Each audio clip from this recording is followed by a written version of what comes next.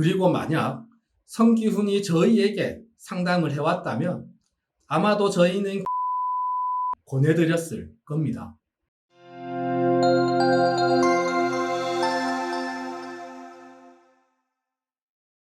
안녕하세요. 노태부 변호사입니다. 오늘은 좀 편하게 얘기를 들어볼까 합니다. 최근 오징어 게임이 전 세계적으로 열풍이 불었는데요. 오징어 게임에 참가한 사람들을 대상으로 해서 개인회생, 개인 파산이 가능할지 불가능할지를 한번 얘기해 보려고 합니다. 너무 진지하게 받아들이지는 마시고 재미로 봐주시기 바랍니다. 먼저 이정재 배우가 연기를 했던 성기훈. 이정재 배우의 연기가 무척 인상 깊었는데요. 오징어 게임에서 기훈은 구조조정으로 실직하고 특별한 직장이 없습니다. 도박을 하고 있고 사채까지도 사용하고 있죠. 채무의 구체적인 금액은 지하철에서 공유와 만나 딱지치기 할 때 나옵니다. 공유가 얘기를 해주는데요. 채무는 은행 대출 2억 5,500만원, 사채 1억 6천만원, 채무 총 합계 4억 1,500만원입니다. 구조조정 이후 치킨집, 분식집을 열었는데 다 망했고요. 먼저 기훈이 개인회생이 가능할까요? 현재 상황에서 개인회생은 어려울 것으로 보입니다. 개인회생의 가장 기본적인 조건, 최저생계비 이상의 고정적인 소득이 없기 때문입니다. 물론 아르바이트라도 기훈이 고정적인 소득을 마련한다면 개인회생도 충분히 가능할 것으로 보입니다. 그리고 만약 성기훈이 저희에게 상담을 해왔다면 아마도 저희는 개인 파산을 권해드렸을 겁니다. 47세이고 건강해서 경제활동이 가능하다는 점은 좀 걸리긴 하는데요. 다니던 직장에서 구조조정으로 해고를 당했고 치킨집, 분식집을 망했고 이후 과도한 채무로 고통받고 있기 때문에 현재 다시 일을 하기 어렵다는 점을 강조한다면 개인 파산도 충분히 가능할 것으로 보입니다. 성기훈의 경우 가지고 있는 재산이 전혀 없을 것으로 보이는데요. 이러한 경우 개인회생과 개인 파산이 둘 다 가능하다면 당연히 저희는 개인 파산을 권해드립니다. 다만 성기훈은 도박을 즐기고 있는 것으로 보이는데요. 이 부분은 면밀한 상담이 필요해 보입니다. 4억 1,500만 원의 채무 중 도박으로 인한 채무가 얼마나 되는지, 계좌 내역에서 이 도박빚의 문제가 얼마나 드러나는지에 따라서 달라질 수는 있겠습니다. 그래도 현재 상황에서는 개인회생, 개인 파산 둘 다 가능해 보이고 성기훈에게 더 유리한 것은 개인 파산이다 라고 말씀드릴 수 있겠습니다. 다음으로 박혜수 배우가 열어냈던 조상우. 성기훈보다 한 살 어린 46세입니다. 서울대학교 경영학과를 수석으로 입학했다고 나오는데요. 사실 개인회생, 개인 파산의 관점에서 보면 조상우가 가장 어려운 사람입니다. 우선 60억의 빚이 있다고 합니다. 이 빚은 선물 투자로 인한 빚이라고 하는데요. 그런데 단순한 투자가 아니라 범죄가 개입되어 있죠.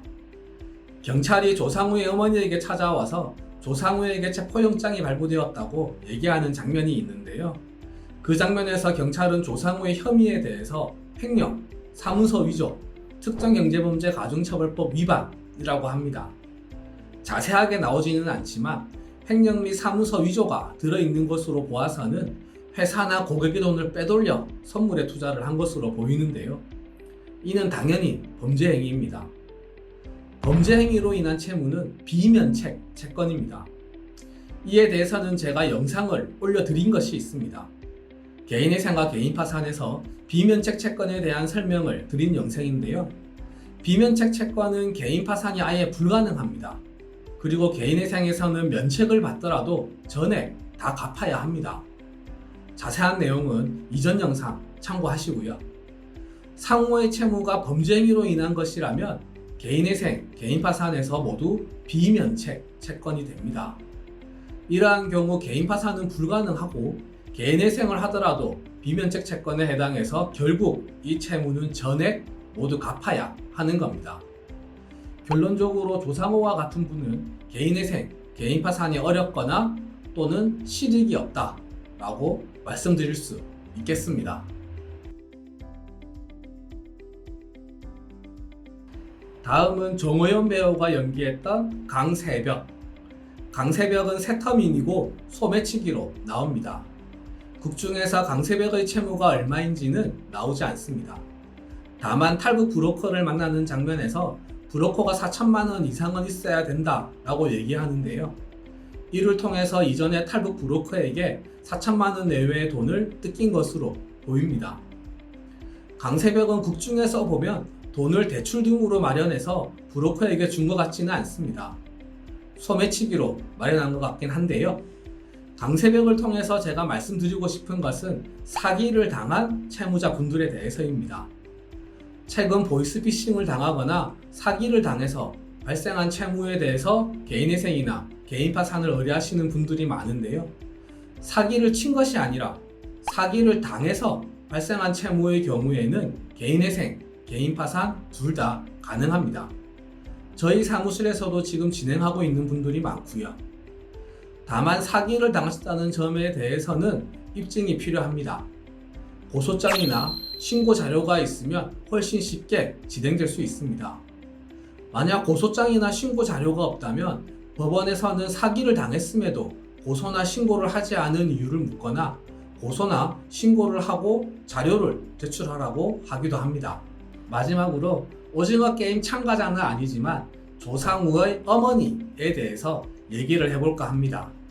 사실 조상우 어머니의 경우 개인회생의 관점에서 보면 가장 적절하신 분입니다. 표현이 좀 그렇긴 한데요. 조상우 어머니께서는 상운의 생선가게라는 이름으로 가게를 운영하고 있습니다. 자영업자이시고요. 성기훈과 조상우가 첫 번째 게임을 중단하고 나와서 커피 마시면서 대화하는 장면이 있습니다. 성기훈이 개인 파산 신청 같은 거 그런 거 하면 안 되나? 그거 하면 돈 안 갚아도 된다고 하는 것 같던데? 라고 얘기합니다. 그러자 조상우가 내 것 말고 어머니 것까지 다 들어갔어. 집이랑 엄마 가게까지 다 라고 얘기를 합니다.